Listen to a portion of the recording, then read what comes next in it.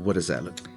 This is another podcast that has changed the way and improved the way I'm going to go forward and do business too. And I wish that, and I hope that for all the listeners as well, that this is a little extra nugget that's going to change the 10-year look back.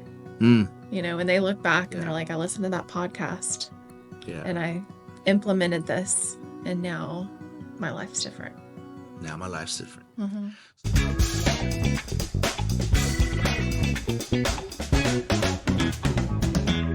Bam! Love that so much. Never gets old. Never, no. But today we got an interesting one, huh? Fascinating. You get to geek out. Nerd out. And I'm going to not just be nerding out today, but like for the next 2 months. Love this individual. So I'm going to let you introduce him. Okay. Paul Graham. And this guy is a genius. He is a programmer and a writer and an investor. And my goodness, he has written a bazillion essays, and they're all juicy and good stuff. But in 1995, he and Robert Morris started Vioweb, and it was the first software as a service company ever. And now SaaS, software as a service. Yeah. It's like the model for software. Genius. And Vioweb, they sold it to Yahoo in 1998 for, do you want to reveal the... What was it, 49 mil or bill? $49 million. Yeah. What I would do... Well, $49 million value. Right. In $1998. $1998. So totally different than $49 million now. That was huge in 1998. They got a combination of cash and Yahoo stock for selling that. So genius. Is that when Yahoo became the .com bubble was after that. So that's right. In like the early 2000s, late 1990s, early 2000s. Gosh. That's what Prince was talking about in 99. That's funny. Yes. Then in 2001, he started publishing essays on paulgraham.com. So if you all get a chance to go check it out, so many great massive essays. He writes all the time, which is a great way to get ideas flowing and add to the value to the world. I feel that he was able to get out of it, right? Because that's one of the things, a brain dump. Yeah. Right, because so many times we don't get it out, and we have this one idea that's just there. It's just kind of there. It's a good idea, but can't see how it fits and actually will work. Well, if you just keep it, and you don't get it out, and you don't act on it. So the next day you're like, what was I thinking about yesterday? It was so good. But if you sit there and just brain dump, get everything out, it's there, and you feel like, okay, relief that you got it out of you, right? It's always, you always, okay, that idea. Go back and reference what you did right. Say, oh, you have fresh ideas to implement with those old ones that you brain dumped. And I bet you that's how he comes up with a lot of his ideas that do work. I wonder, and that would make sense. I have 2 thoughts on that. So Rob Dial, mindset mentor, podcaster, he talks all the time about there's power in writing things down, because your brain, once you write it down, it will figure out how to make that happen. Yes. And I don't know if you've ever written like New Year's resolutions. You think of them in your head, but when you write them down and then you look back years later and they're magically done. Yeah. Kind of weird to see that. There's a connection there when you're in class and you take notes. Totally different. Writing notes on paper, or I guess the digital pads now, but the writing connects with your brain to make it stick. True. So you don't even have to go back and reference your notes, really, if you're taking really intentional, focused notes. Right. And the value in publishing essays, you not only have to write it out and brain dump, but you've got to clean up your ideas a lot. So it kind of like makes you come back around to a clean perspective, a novel perspective. So I can't wait to dive into the massive amount of essays he has online. It's like when you have when you put a proposal out to a prospective customer, right? You in your head at first, oh yeah, we're gonna do this for that much. Okay, great. Yes, and then you start And writing. you start a full proposal. Like, wait, hold on, this. Yeah. Oh man, oh gosh, It's this going to be what's more it? expensive than I originally thought. Yeah. But then you have to communicate what it is clearly. That Very clearly, your strategy, the cost justification, return on investment, all kinds of, the idea becomes clear when you write it out for presenting. So very, very cool. That's like such a minor thing in what he does. I mean, he's just mind blowing. In 2005, he and Jessica Livingston, Robert Morris, and Trevor Blackwell started Y Combinator. that's yeah. That's it. Like that's the thing. And if you don't know what Y Combinator is, you haven't found it. Maybe, I don't know. I mean, it's a Silicon Valley thing. Yeah. Right, where teams, businesses go in, and you have to be. They vet you before they allow you in. Wild. Right, which I think that's the thing. Yeah. Right? And then they're basically, it's an incubator for them to, they provide you resources, connections, to help you develop your idea to get in the market. So there's a lot of companies that came out of White. Yeah. Reddit is one of my favorites and they just went public not too long ago. That's so right. Watching their idea kind of evolve, and Airbnb is a huge one that came out of Y Combinator, Dropbox, and Stripe. Just to name a few. He is fascinating. He's got a Bachelor of Arts from Cornell and I think a PhD in computer science from Harvard. Yeah. How hard is it to get a PhD in computer science from Harvard? Just genius person. Net worth is, I saw different figures online for it. For sure it's in the billions. Oh, for sure. Unless he did something yesterday that we don't know. Just kidding. He went on a massive. How do you spend billions of dollars? Is that possible? I'm sure. I'd find a way to do it. Yeah. That's right. He talks a lot about, and really we could approach this from the journey of finding your life's work to how do you know when to start it, to how do you grow it into a massive success. He's obviously a king at it. So how does he recommend, or what are his... How you find your life's work. This is why I think this podcast is for children. Truly. Because he talks a lot about when you're young, trying massively different things, like get your hands dirty and learn about all kinds of different things. You won't necessarily know what your passion in life is. I think his dad did. Paul Graham's dad was interested in math and he just knew, and he became very successful at that, which is very rare to know that so early in life. But really just trying all the things. He talks about how you may not even realize what you love until later, or you may think you love something and try it and then later realize, no, this is not what I thought it was. And that's why a lot of people do their best work later in life, like midlife and later, because you've had time to mess it up, right? Or you've gone into where it wasn't what you thought it was. Yeah. So you tried another direction. Yes. Not what you thought it was. Which is okay. And that's good, right? Because it develops you. The lucky ones are like his father that went a direction and like, oh, there it is. Yeah. Yeah.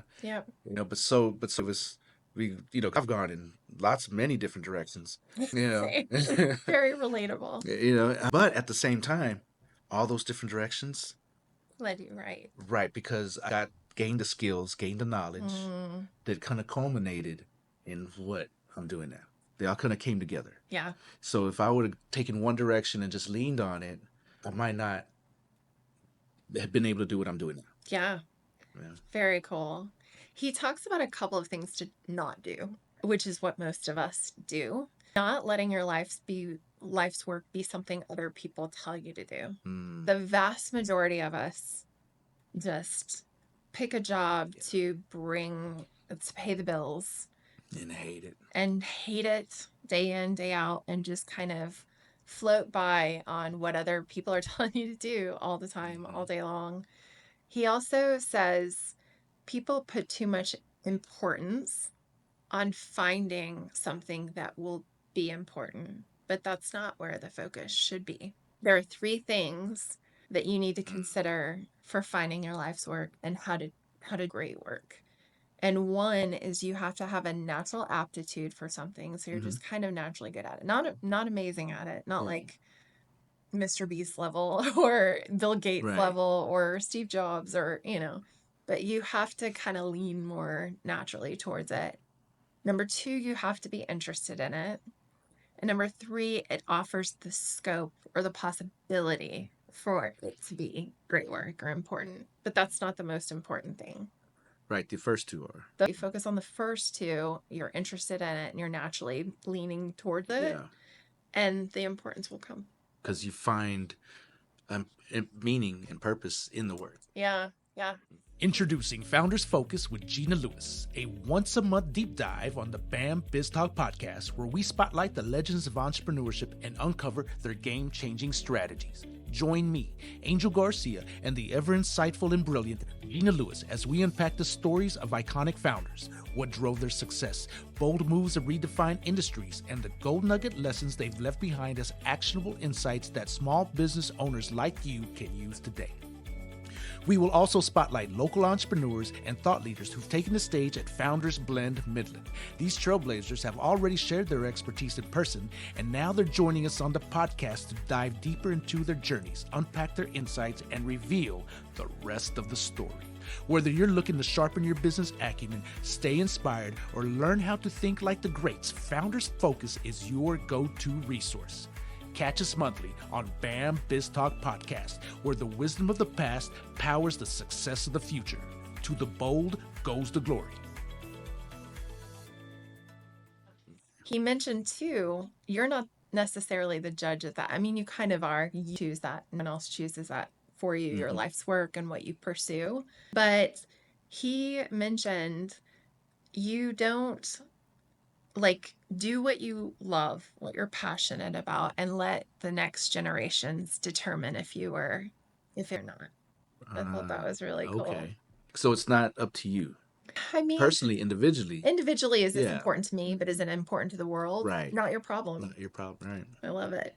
And it also makes you think bigger, that I'm not doing this for now. I'm doing this for generations to come. Yeah. Pretty neat stuff. Because if you hang yourself up on, is it important for the world, then you're caught in that. You're not able to break through. You could do something you don't end up loving. You could do it in the way that's always been done before. It kind of backs you into a corner. And yes, you do need to have a solution that's marketable. Otherwise, your business won't survive. Right. But that comes later, and he talks about a lot of that. It's very similar in a ikigai. Ikigai. So ikigai is Japanese. Oh, yes. Yeah. Tell me, keep going. So ikigai is four circles, right? The 4 different worlds. And they each overlap to form the Vesica Pisces on the Vescapite, right? I love learning new technology, new terminology with you. So one of the circles is what you love, right? I guess, what do you passionate about, right? Another one is very similar. What are you good at? Okay. A third world is what does the world need? Ooh. Right? So I guess that would be... Paul Graham's throwing out some ikigai. Yeah. What's the 4th one? Can you monetize it? Huh. So if you put those 4 circles together, you're going to form that Vesica Pisces, right? Wild. And that is your ikigai. That is what you're meant to do. So cool to see all this stuff come full circle. And there's a foundation there that's true, to be replicated over and over and over again. Right. It's a model. It's a model to follow. A model. And, so to figure that out, a lot like Paul Graham is laying it out. It's, hey, what are you good at? There's a recipe for There's a recipe. Yeah, there you go. It's a formula. Yeah, I love it. He talks about being curious about something to a degree that would bore other people to death. 100%. Yeah. Like you are so nerding out over something that other people are like, I don't get it. What are you doing? Yeah. You just can't see, man. You can't see it, but you will. And then, so from there, you're so interested in it to the point where bore other people. The next step is to get you to one of the frontiers of knowledge. When he said that, it was kind of one of those things like, do I have to be in the zone before I get what that means? But when you're in the frontier of knowledge, you've been studying it for so long to the point that it's going to bore someone else that you have a good grasp on where the gaps are in the way it's been done before. Right. And start exploring some of those gaps. And that's where you find the money. That's where you find your niche. That makes sense. That makes perfect sense. It does. Yeah. Yeah. Good. Like, what do they say? Standing on the shoulders of giants. Yes. That's exactly what that means. Yeah. Right. And the other founders we've studied, Dyson talks about like doing things in a way that's never been done before, leveraging technology in ways never used, but they didn't exactly talk about, they didn't give you the formula of how to get there. They did say diligence and working hard, but the way he lays it out on how you get to that breakthrough is pretty cool. I think he got this. I need to try some of that. But my goodness, he put a lot of great things out into the world, and that's really neat to leave that kind of legacy. So his persistence is big with him too, was with Dyson, with Brad Jacobs, all these founders that we're studying.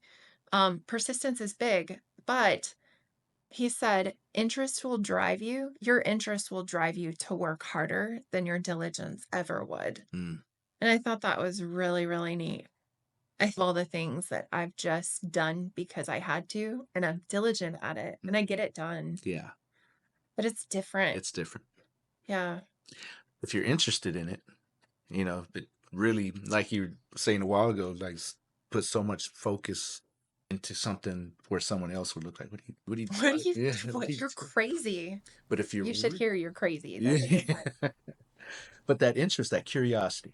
Yeah. Right. I think you have to be curious to keep interested, to keep going. Yeah. It's what keeps you going. It's the fuel, because you started that you can know about it and you still want to know more. Absolutely. So that's the frontier of knowledge that if you have the curiosity, that's what you're looking for. Yeah. Because I guess it's a search. It's a constant, ongoing search. When someone else would have stopped, when vast majority of humanity would have stopped, given up, you're still going because you find it interesting. Yes. Like there's something here.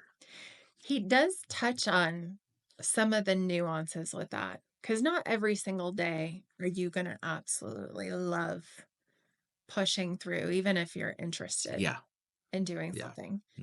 And he specifically gave an example about someone, there are times when you're like, do I want to work on this thing or do I want to go sit on a beach with coffee? That's my interest. Like, that's what I want to do for a living. Right. But, pushing through those times shows you what you're capable of and leads to breakthroughs. And yes, those moments.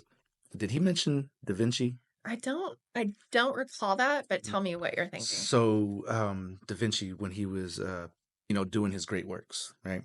When he was commissioned to do work, he would oftentimes be there all day long. Looked like he wouldn't even move from where he was sitting. Weird. Right? Just intensely focused on the greatest little details, right? And then he would be just gone for days at a time and not even show up. Really? And then he would come back and he would just look at it, sit there, look at it, and then leave again. Like he showed up and didn't even work. Right. But he was working. The whole time.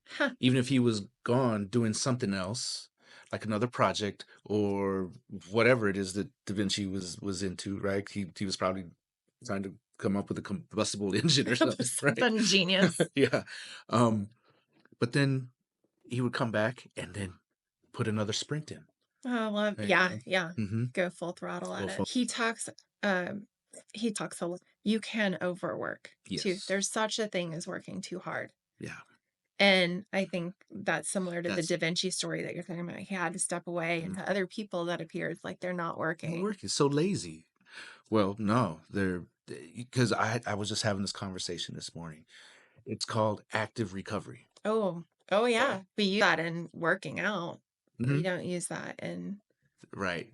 Working out is a form of active recovery. Yeah. Right. Because it changes everybody. Right. But your mental state is completely transitioned to something else, but not sitting on the couch, vegging out on some ridiculous show, right? Or even if it's a good show, it doesn't matter, right? Yeah. It's like you're not actively recovering. You're That's a good point. you have to be it's another type of focus. Yeah. Give me an example. So, okay, I say hear what you're saying, but I want some good nuggets to yes, take away ma'am. from this. So say you're working all day, the whole day, right? Yeah. And you're reaching that point where, okay, I got to stop. I pulling out. And you're like, I'm going to take a break. But instead of throwing on YouTube or getting on or social media and just kind of scrolling and just kind of passively just passing time. Not active recovery. That's junk food. That's junk food. Okay. Yes, perfect. That's junk food. Active recovery would be getting outside to take a walk. Yeah. Reading a book that like whatever your favorite book, a detective novel or some fantasy or sci-fi or whatever, something that you are focused on that makes you kind of like a recharge. Yeah.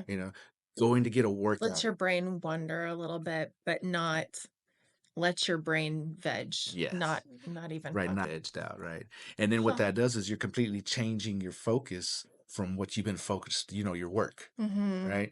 So then when you come back to your work, you're refreshed. Yeah.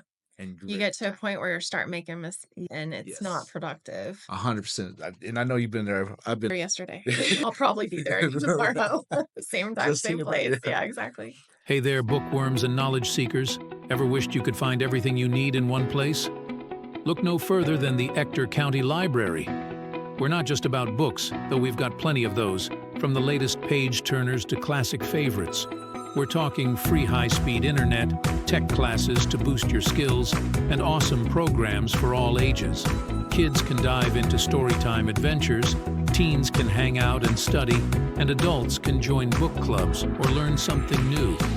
There's always something exciting happening at the library.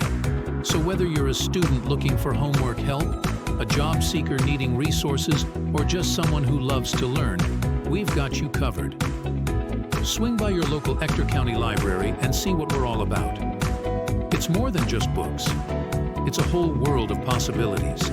Ector County Library. Your adventure starts here.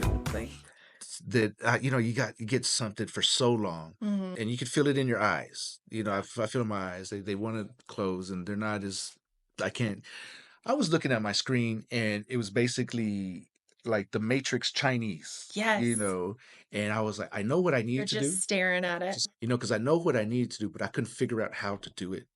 It's so relatable to hear you say that. And I wonder if listeners of this podcast can relate to that too. I'm sure. Where you're trying so hard. You're pouring your work into it, but it's not going anywhere. And we're just pushing harder. It's not going to help. It's not going to help. No. That's when you have to take yourself away, pull yourself out of that box. Yeah. And just do something different. Yeah. Do something that's productively different. I don't know who it was, but there's like a quote from somebody that's like the greatest ideas come in the shower, or made in the shower, something like that. But when you're taking a shower and you're like, this is good, I need a laptop in my shower. That's the next marketing. Yeah, the shower laptop. Nowadays you could just put a ChatGPT, a microphone. That's true. Like, hey, record this. Yes, that's a good idea. That is a good idea. Or when you are sleeping and you wake up at 2 a.m. and you're like, I've solved it. That's it. So I've kept a by my bed for years. I've probably only woken up to write it like 5 times. Really? Yeah. But there's some good stuff in there. Yeah. Those 5 are great. Those 5, that works really, really well. I have a notebook by my bed. It's funny you say that because I do too. And the intention was to keep it there. And I never do. I wake up and I'm like, that's a great idea. I'll remember that in the morning. I wake up and I'm like, what was I thinking? Oh, geez. Yeah. Why did we do that? So yes, active recovery is so important. So important. Much as like the hard work and the diligence piece of it. And active recovery doesn't mean you're not working hard. Right. If not more important. Yeah. Because that's what allows you. It's the Abe Lincoln quote. What's that? He says, give me 6 hours to chop a tree down. I'll spend the first 4 sharpening. Oh, yeah. Can we talk about corporate America a little bit? Have you heard about how these corporations are starting to purchase these tools that measure productivity by like keystrokes and typing and mouse movement. And so they're tracking. I've heard people who work for these companies and they're like, I literally just sat at my desk shaking my mouse because I needed to be productive. Yeah. Instead of being free to go take a walk or call on a walk and generate ideas or a colleague or we are going about this the wrong way. Yeah. And you heard me now. I'm telling you now, I'd love to look back years from now and realize that's when the downfall of our productivity started. Yeah. It's interesting because I've heard of also people being so innovative to fool that they'll come up with like a program or something that moves the mouse every once in a while. Tape your mouse or tie your mouse to the washing machine and do a load of laundry things. But I mean, who was it? Was it Steve Jobs? I think it was Steve Jobs who said something about he wants to hire like the laziest person because to do a certain job he would get at his job to do a certain task because he knew that because they're lazy they would find a way around for doing it the established way. I think it was Steve Jobs. I've known people like that. I'm not going to say any names, but they were successful and they were skirting everything all the time, finding shortcuts all the time. I could not figure out. I was like, if I worked like that, I would get fired. But they were doing just fine. The people who would cheat like on exams and stuff, they'd do all this elaborate way to figure out how to cheat, how to keep the notes, it's written so small. And they went through all that effort and energy. All the effort and energy. Right. When I just put that into actually learning it. I don't know if those people will ever be the Bill Gates of the world. No. But they get by. Right. Just a thought. Not for me. No. No. Along those same lines of hard and going full throttle, Paul Graham does mention the value in having large blocks of time. I don't know if you've ever worked a job where you had back-to-back meetings and you had like a gap of 30 minutes where you had to create some mega project. That is not. It's not ideal. It's not functional. No. You can get it done, but you can't get it done well in a way that's transformative. Right. And so I would always try to find huge blocks of time to knock out a project. And that's usually when everyone else is off work, in the middle of the night. And then you come back the next day and do meetings back to back to back. It's not a functional way of working, but great ideas do come through sometimes just chewing on and keep, that big block of time where you're working on it. Yes. So the time is the magic things together, right? Because if you, like you said, chewing on it, if you can get a good, I guess, a 30,000 foot view, just kind of chewing on a little bit, okay, but you really can't figure out, like the best part of it until you put in time and you through all this. It's the surface, because at the begin you're out of surface, so they're going deep. That makes all the difference, because it's the thought process going through iteration of the thought that's coming through. Okay, and if you think about it, a lot of the initial iterations are very similar, because you're just reaching, what you just have to keep plowing. Time. Absolutely. Need to put into it. I worked on a proposal yesterday, and at the beginning of the proposal, I had these big roadblocks, mind blocks that I couldn't figure out how to address. And so I made the decision, I had to, because the proposal was due. I made the decision to keep working on it, but kind of table that, wrote it down. Don't forget to add this back in later. Right. And so I'm working on the proposal, and last minute Hail Mary. I had 9 minutes to submit this proposal. That made sense to me. And because I had worked through so many other things that puzzle piece just fit in beautifully. I love those moments in life. You needed more context. Yeah. Yeah. And I needed the time too. It's just not functional to flail around. But it's also could also be said about that. And I'm forgetting the name of the term, but it's time constraints. If you allot yourself a certain amount of time to get something done, you will get it done in that time frame. Pomodoro technique? Well, where you do 20 that's minutes? 20 minutes at a time. No, this is something it's I think I know what you're talking so say you're working on a project. Yeah. The proposal. Okay, I have to get it done. I have 2 weeks to get it done. Well, it's going to take you 2 weeks to get it done. Oh, I have 2 days to get it done. It's going to take you 2 days. It's going to take you 2 days. The same proposal. Right. Yeah. There is value in trying to block that time. I think he touched on that a little bit too.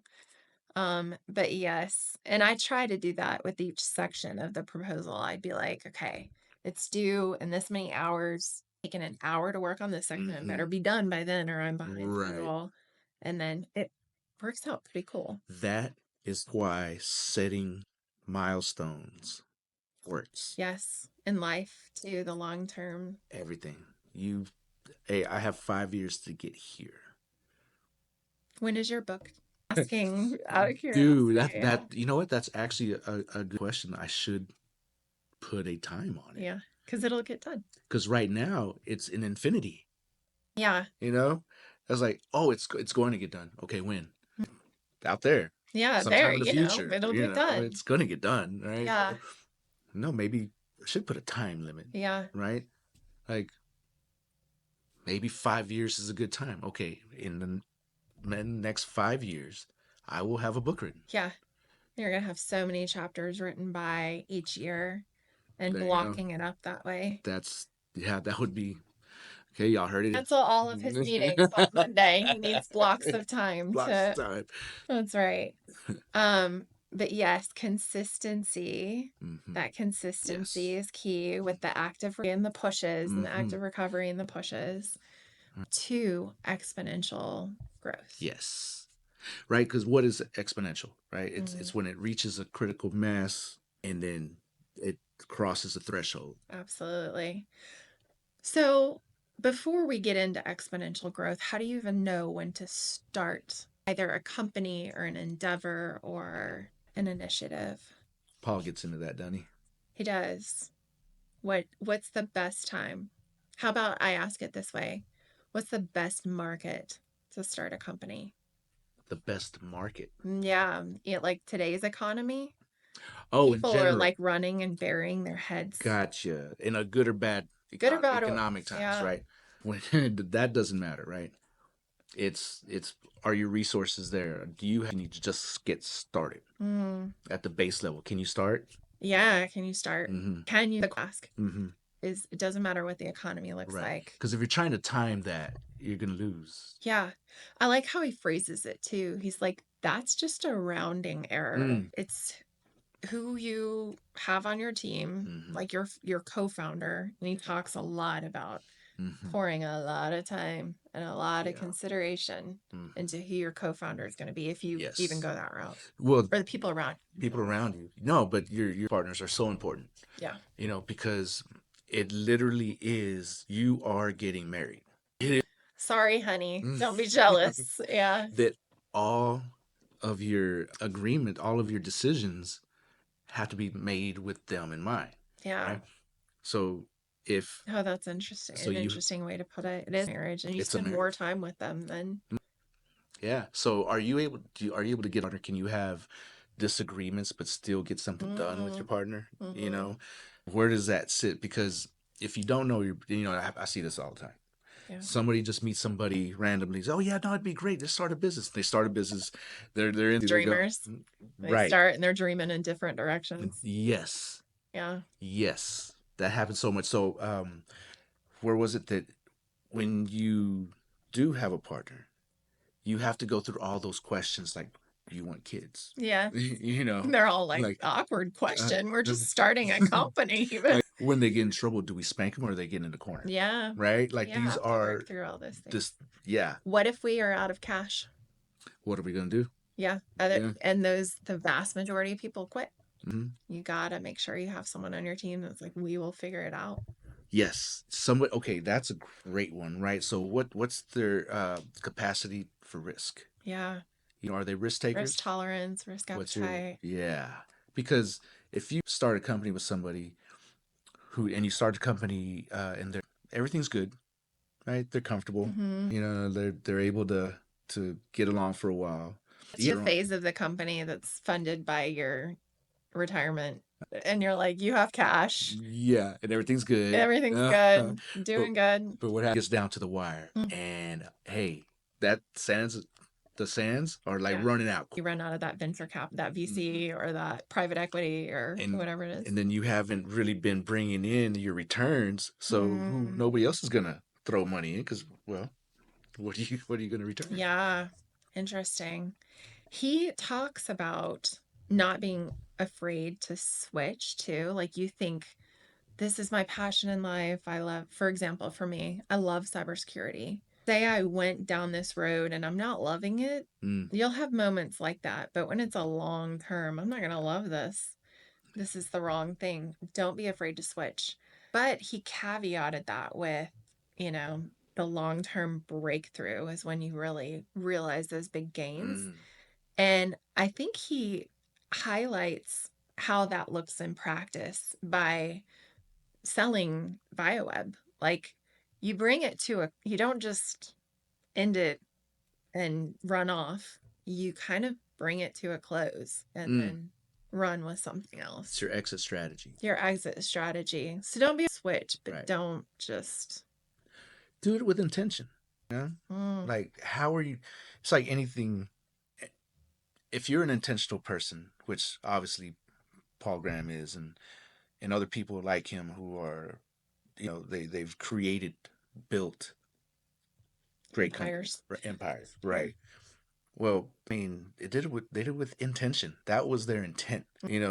Genghis Khan didn't rule the largest empires in the world just because he wanted to murder people and destroy villages. That was his purpose, right? Right. Sorry about that. That was a side effect. Not that was a side effect of his purpose. Yeah.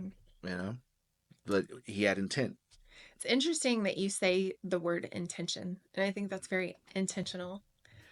Because Paul Graham said he thinks the right strategy is not to plan too much, because you will have headwinds, you'll have currents, you'll have hidden shoals. Those are his words specifically. And oh my gosh, I've experienced that. That's so very true.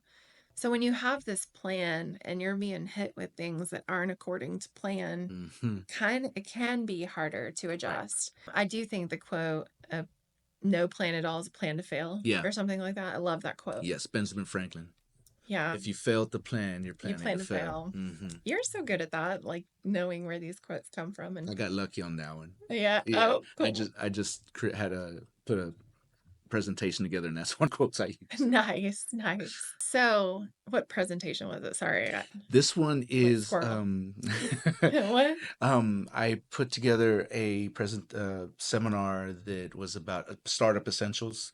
So I'm talking about the different business structures, and then how business plan, the power and impact of a business plan.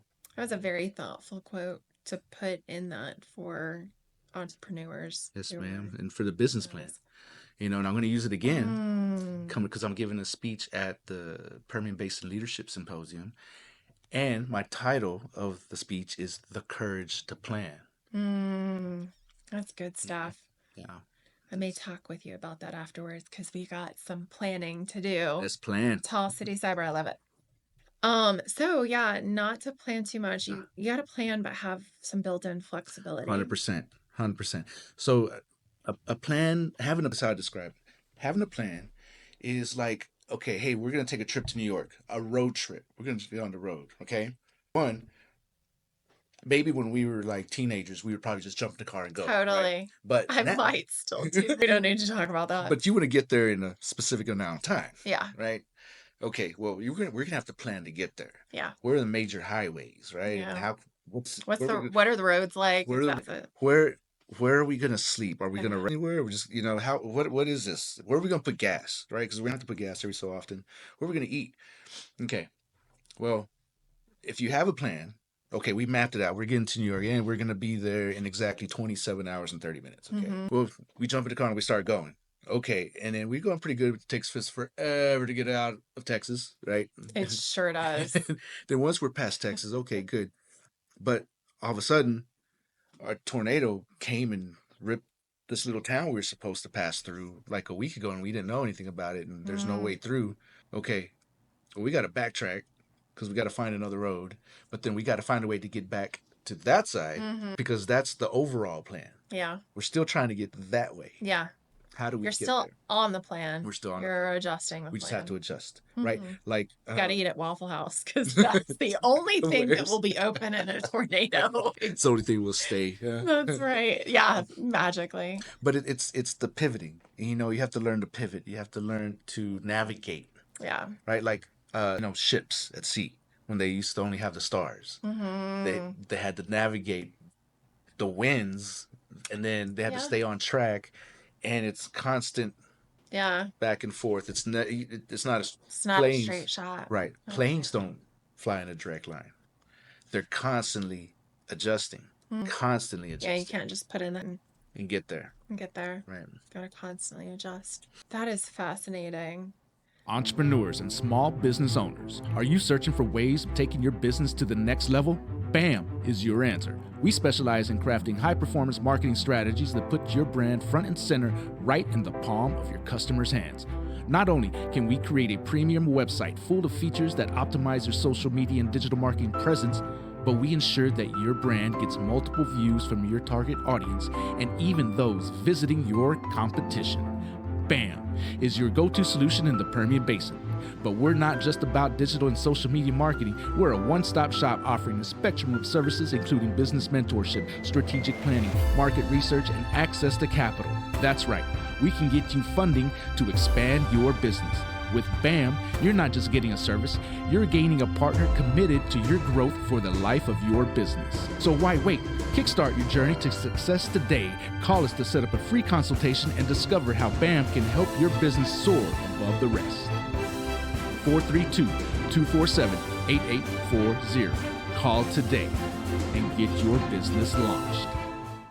The BAM Biz Talk podcast is brought to you by our sponsor, Pachuco's Restaurant. Craving authentic and eclectic cuisine in Midland? Well, Pachuco's has you covered. Located in downtown Midland at the ever-so-legendary and iconic historic building at 316 North Big Spring Street, Pachuco's blends rich and unique flavors in a conveniently pleasant and vibrant atmosphere. Enjoy the highest quality barbecue, savory tacos, burgers, and a variety of other mouth-watering dishes that reflect the spirit of a true Pachuco cuisine. Real, authentic, and just plain different. Check out their menu at www.pachucos432.com or call 432-218-8806 to inquire, or better yet, just show up and get your shine on. At Pachucos, where heritage, exquisite taste, and hospitality come together for an unforgettable dining experience. Pachucos, Midland, Texas. Now back to the show. So, you've got this plan. Okay, you found out what you love. You found your people, and you've started, and you've got this plan. But he talks a little bit about what do you do to really experience that massive growth and that massive breakthrough. Another fascinating thing he talks about is people put so much emphasis on launch, like having a huge launch. Yeah. And most of the most amazing companies didn't have pomp and circumstance. Yeah. Pomp and circumstance when they started. Right. The most, a company that's massive, right? They kind of just, it happens because they're so immersed in making it happen and just doing it. By the time they look up, huge. Yeah. They didn't plan for this big, hey, we're here. Yeah. They worked for a full day before, y'all just happened overnight. Yeah. And people think that success is about, like, you either have it or you don't. Yeah. They don't. And we've talked about this before. The baseball player whose swing was natural. Joe DiMaggio. Not natural. Not natural. It is hard work. And it was fascinating too how Paul Graham talks about the grind, the ugly, ugly grind that it took to grow Vioweb. How they were trying to get business, and they'd hear a client that's like, no, or a potential client that's like, no, we don't really want Vioweb. And they would be like, well, why don't you go on ahead and get Vioweb and we'll run it for you, which is not what their business was. Right. But there was some good stuff that came out of pivoting that way. Yeah. Yeah. Because and that is being immersed in the customer experience, right? Your customer, how do they see your product, your service? Because if you're just seeing it from your perspective, then you're going to miscommunicate. You're going to miss the target. You're also going to think it's amazing. Right. Yeah, for sure. Think this is so great. Why wouldn't they just want this? You know? But you're not seeing it from their side. Gosh, this is good. It's got goosebumps at how truly good this piece of information can be. It is powerful, right? So when I teach about building a business plan, there's the canvas model, right? And a lot of Y Combinator uses this a lot. It's like a lean startup mess, right?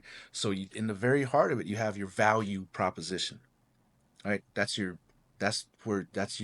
unique differentiators. Right? Yes, how you look to your customer, but you just don't start there and say, this is how I'm going to talk to my customer, right?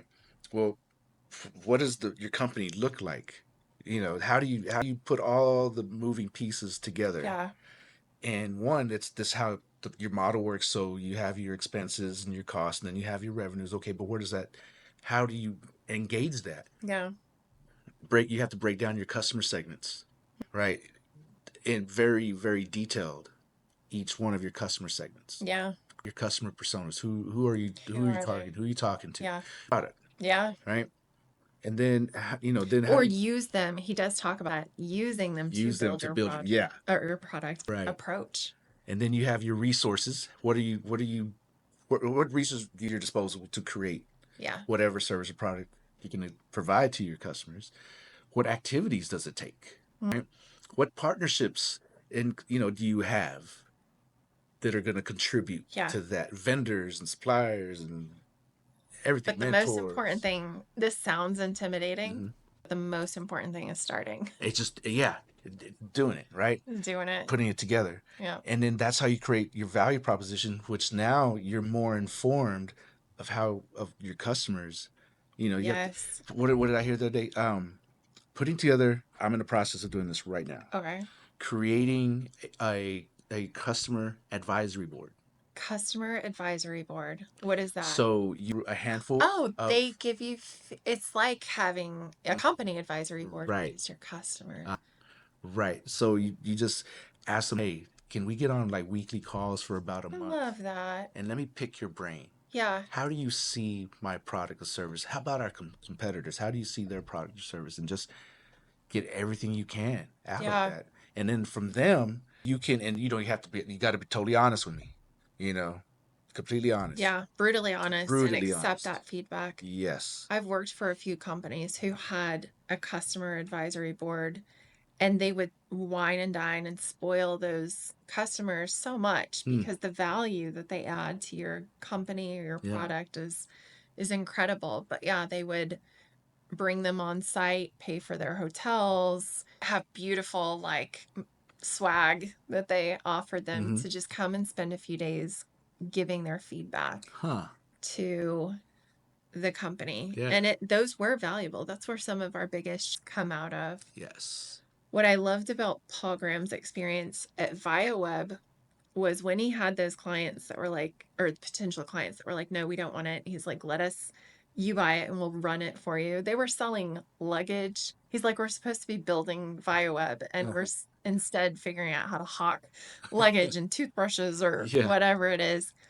But he said the value that came out of that, he learned what it felt like to be a client and what his product felt like to use. Right. And so they would find gaps in the product and then pivot, spend a couple hours fixing it, and then go back to selling luggage with a better product. Right. It's improving their product so much more. Such a neat way to look at it. Because a lot of people are like, you're not, don't put in the work. Don't work that hard, essentially. Right. Don't be willing to go in full throttle just to win clients. Right. But that could be your money maker. So much more valuable. It's like you're unlocking unlocking more. Yeah. Right? Your potential for more. Yeah. You know? He didn't know it at the time. No, of course not. But No. that's a nugget that we can use. Yes. In our business. And I was just thinking about that. How does it feel to be a client of ours at Tall City Cyber? You really want to explore that. Yeah, for sure. And he talks about this too. And we've been really chewing on these ideas too, about how to be different, how to create those differentiators. The next level of customer service. He said there was one company that would send thank you letters to the client every time they won a contract, and it made their clients feel so valued. 100%. So especially especially nowadays when everything's digital. Yeah. A simple handwritten note. Oh wow. Makes huge difference. Just not long ago, we had a event, and somebody a couple weeks later wrote thanking us for putting on an event, and and I was really like, special. That was so right, and I remembered because he sent it like not long after the event, like pretty soon after. So I remembered the guy who wrote it, and I was like, wow, now I'm going to remember that guy he was a realtor. So now when I need a house, like, hey, I know a realtor, Likewise, Paul Graham is like, what can you do? Like little things that make the client experience over the top that no one else is doing. So many people are so focused on their product or their solution that they lose sight of the Apple iPhone experience or the experience you get when you walk into a Marriott and it smells different and it just it's all about the experience. The experience. Yeah. So what is that quote? They say you don't remember particularly what somebody says, but you remember how they make you feel, right? It's the same thing here. So how does that company's service or product make me feel? Yeah. Because we make purchases based on emotion, and we just justify it logically. Logic is going. You can't speak logic to your customer because yes, it's logical. They understand that, right? They know that, but that doesn't mean that they're going to buy that true. or purchase it because they're not feeling it. Yeah. Yep. Just not feeling it. So now we've learned about Paul Graham and how amazingly successful he is and all the resources he's put out into the world and how to tap into what is your life's work, your passion, and how to partner with the right people on it, how to kick it off, when to kick it off, how to grow it to massive success. So let's go get it done. I mean, we know it. It's logical. Yeah, that's right. It's right there. I love it. But yeah, no, I think a lot of respect for Paul Graham because he's not like a well-known, right? Like that's not a big. Didn't know his name until. Right. He was behind the big companies and. It's not that he's not putting a lot of stuff out into the world because he is. He is. And it's massive. Great stuff. Yeah. His website is interesting too. Go check it out. Everybody go check out paulgraham.com. Paulgraham.com. Yeah. There's bet you there's lots of nuggets in there. It's interesting though. His website's not flashy. It's not what you would think it would be. Right. It looks like a 90s website. I love that. It's so sentimental. I went to it today and I got all these like hardy eyes and warm fuzzies. And... a lot of links. You see Pretty. Yeah. The experience. That has a lot. It sounds like someone from his generation, that is forward thinking in a lot of ways. So many. Right. Like presses the envelope. And clearly he could have a very innovative website. But it is innovative in a way. In a way it is. Yeah. It's so when the pendulum comes back. Yeah. Right. The bell bottoms. current style again. Yes. Yeah, I think Kendrick just brought that back. Oh man, he's in a moment right now. Yeah, for sure. Very cool. For sure.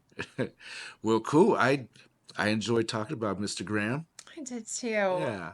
Pleasure as always. Good stuff. For sure. How is it going to change your business going forward, the way you approach things? So I have been, we just talked about it, right? One of the reasons I am putting together a customer advisory is seeing it through my customer's eyes. You know, Love it. I've always, things, right? You have the knowledge, right? But applying it is another story always. True. Right? And then applying it to an extent to where it's transformative is something else entirely. Right? So I feel that now that's what I'm doing. Because I've kind of approached it from the edges, kind of dipped in every once in a while, did a little deep dive here and there. But now I am fully immersing in what is my customer's experience. Yeah, I love it. Like put myself in their shoes. What does that look like?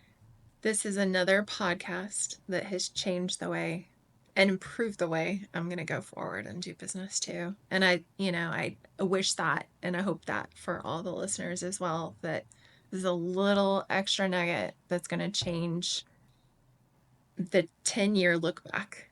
When they look back and they're like, I listened to that podcast and I implemented this and now my life's different.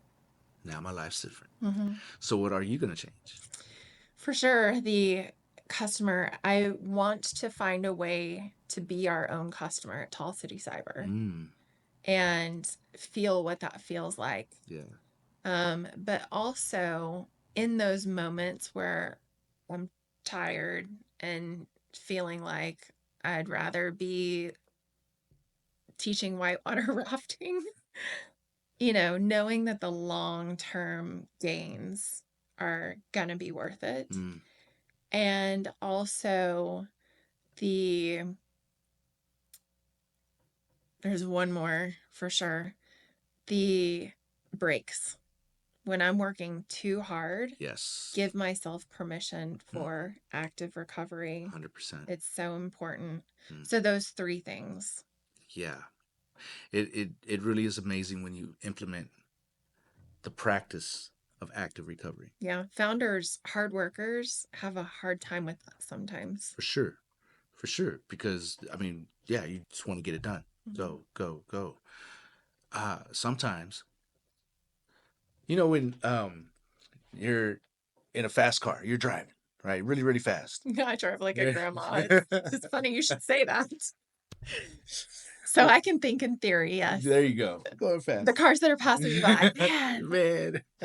Well, when they're coming up on a curve, right? You got to hit the brakes. So. Or you're going to go off. Let off. Or let off the gas. Or let off. You got to ease up. And eventually, you have to pull over and refuel your tank. So both of those. So along the way, on your journey, it's you're going fast, but then you have to ease off to make turns or to turn a curve. But eventually, you do have to come to a complete stop and just recharge. Yeah. But recharge not on junk food, not on waste, right? Like you're not going to put water in your gas tank. Not YouTube shorts. No, none of that. Netflix reruns. No doom scrolling. But something that's going to activate your mind in a different way. Yeah, I really like that. It's interesting how much of this has to be repeated knowledge. Like repeated lessons, I should say, because I've learned this in times past. There was a job where I was just pouring I was working way too hard and it was not healthy. And I was working with a coach and they were like leading me to figure out the balance. And so I was like, all right, I push hard Monday, Tuesday, let off the gas a little bit Wednesday, push hard Thursday, Friday, and then it's the weekend. And that was working really, really well. Fast forward years later, and I am cranking out all-nighters. I need a little podcast, Founders Focus podcast reminder to this was a good Redirect. active recovery. This was an active recovery. Yeah. Love it. Well, awesome. Well, I hope everybody, if you're listening this far, that you got a lot out of it. Way to go. Yeah, way to go. Thank you. Yay, you for being dedicated to yourself and because you want to learn and grow. And yeah, 10 years down the line, look back and you know what? I heard something for the 7,000th time. Yeah. But that's when it clicked. Absolutely. So go back and give it a re-listen. Yes, absolutely. All right. Well, thank you guys very much. Founders Focus. Founders Focus. Thank you so much, Angel. Thank you, Miss Gina. See you soon. See you next time.